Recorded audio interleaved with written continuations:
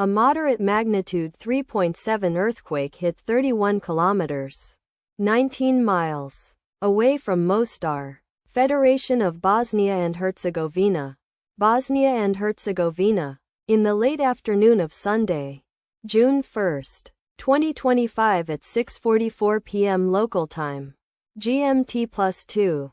The quake had a very shallow depth of 5 kilometers, 3.1 miles, and was felt by many near the epicenter.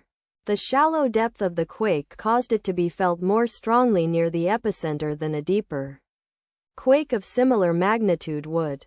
First to report, EMSC after 2 minutes. The earthquake occurred 10 days after a magnitude 4.0 earthquake had hit on Thursday, May 22, 2025, at 10:52 p.m. local time, Universal Time GMT +0, in 76 kilometers, 47 miles, distance to the south. Data source from Volcano Discovery. Did you feel it? Let us pray. May the earthquake that occurred not affect our brothers and sisters there. May the earthquake not happen again. And may God protect everyone. Amen.